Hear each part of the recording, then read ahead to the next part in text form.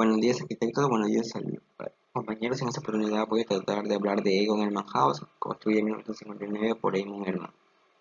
Para contextualizar alrededor de la historia, Eamon Hermann nació en Alemania y se formó entre las décadas entre 1923 y 1928 en la Escuela Técnica de Berlín, en una época en la que existía un enfrentamiento político-cultural en donde impedía las tendencias de arquitectura extranjera, lo cual ocurrió que algunos arquitectos salieran de su país y se extranjero como Walter Gropius y Mies Van der Rohe, y algunos como Hermann Hermann se quedaron en su país, pero lograron escapar de esas corrientes, hicieron lo cual originó una arquitectura de nuevas direcciones con ideales exteriores. Estuvo activo desde 1928 hasta 1970, año en que murió, y comenzó con proyectos concursos como la Corte de Berlín y trabajó en gestión de arquitectura en la Compagnia Ciudad de Berlín. En esa época está influido por Mies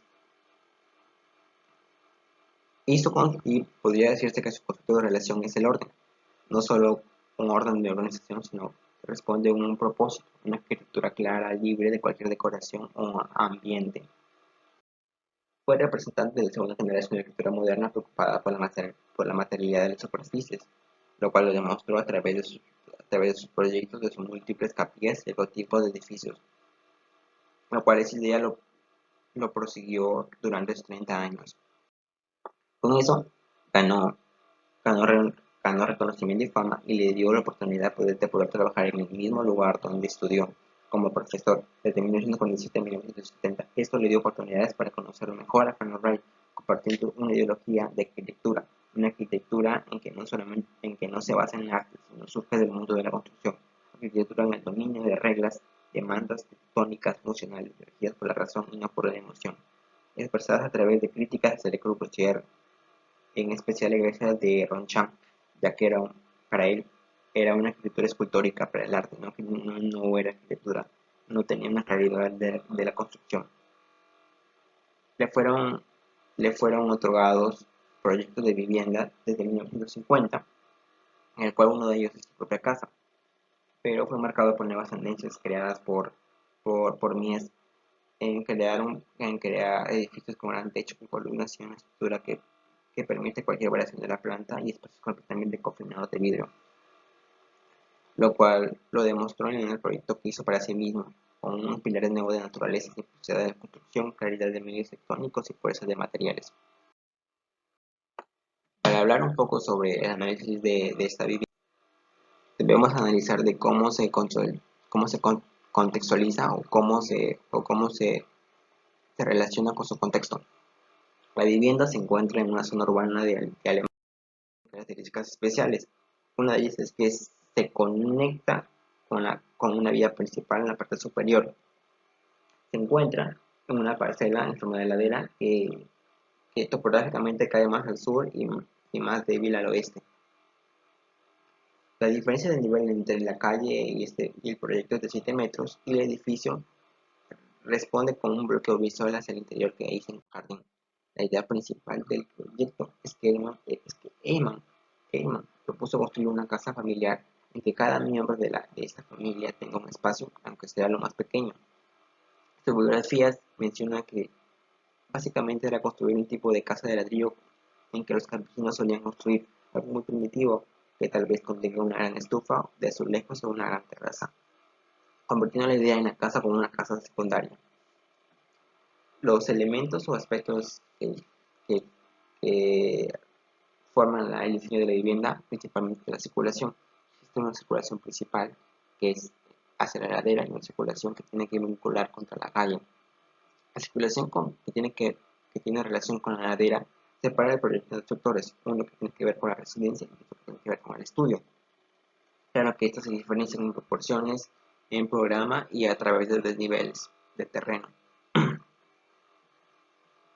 Otros aspectos que se consideran en la estructura. El proyecto se basa en una estructura de mampostería de ladrillo, que son muros de cargas que están colocadas de forma transversal a una distancia de 4 metros entre ellas. Para hablar de distribución, primero hablaremos del primer elemento que está resaltado en la imagen. El primer elemento corresponde a el espacio de estudio, que se encuentra en un nivel al mismo nivel del jardín, y que el primer piso es un área de estudio, como se menciona. En el segundo piso es una área para invitados. El segundo espacio es el espacio de residencia, que a, a primer vista conecta una visual contra una gran sala, que esta sala tiene una conexión contra la cocina del comedor. La cocina y el comedor, de forma continua, están separados por un medio piso con las habitaciones.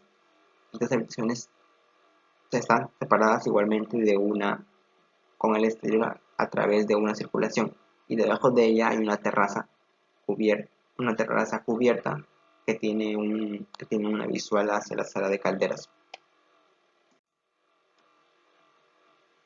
Otros aspectos a considerar son que el proyecto nace de visuales, además de la perspectiva de diferentes niveles, ya sea viéndolo desde el exterior o viéndolo desde el interior. Además, también responde al aislamiento. Hay elementos de protección solares, así como de clima. En la primera imagen podemos ver la entrada del proyecto, la entrada que tiene que ver con la ladera. Se puede ver múltiples elementos, por ejemplo, la fachada. La fachada se puede diferenciar entre que tiene una fachada revestida con una pintura gris. Esto se debe a que le otorga una relación con los demás edificios, ya que todos estaban pintados a sí mismos, pero en el interior del proyecto no está revestida por nada, sino que le da ese elemento de materialidad de ladrillo. Otros elementos que podemos ver es ese arraigo por crear un bloqueo visual hacia el interior del jardín, además de crear ese desnivel desde la calle. Además de esa diferencia de perspectiva de niveles, como por ejemplo podemos saber aquí que el espacio del estudio tiene 3 niveles: cochera, estudio y dormitorio, pero si lo vemos desde el interior del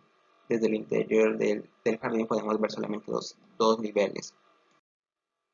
Este es una vista desde el segundo nivel desde el segundo nivel que corresponde hacia los invitados, que mira hacia el interior del jardín. Se puede ver un ambiente que es creado por los aleros, los toldos y elementos de protección. Aquí se puede hablar algo más de elementos constructivos, como por ejemplo los elementos de su cubierta. Esta cubierta está básicamente elaborada por fibrocemento y hierro corrugado. Están de forma inclinada y sobresalen, pero yacen sobre vigas de madera y de correas de concreto. Los pisos son placas redondas de arcilla esmaltados en diferentes colores. Un dato que hay que aportar es que los pisos están equipados con calefacción por suelos radiantes, al igual que los suelos superiores. Esto se debe a que las fachadas del jardín están completamente acristaladas, y esto de los suelos radiantes crea una equilibración de temperaturas. Además, también podemos hablar aquí mismo de las fachadas. Las fachadas están protegidas por elementos para la protección solar, por toldos, por rejillas, por aleros deslizantes que ofrecen protección contra el sol y la intemperie. Podemos aquí ver el ambiente que origina el proyecto. Y esta es la entrada que se da hacia la calle. Es una entrada sutil, no tan importante como la entrada.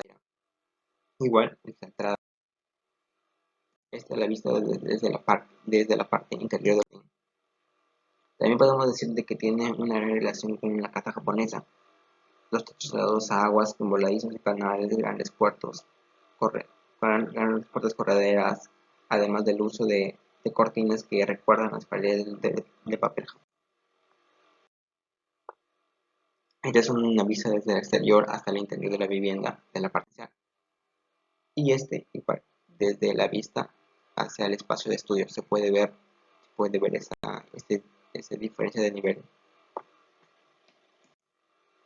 Gracias.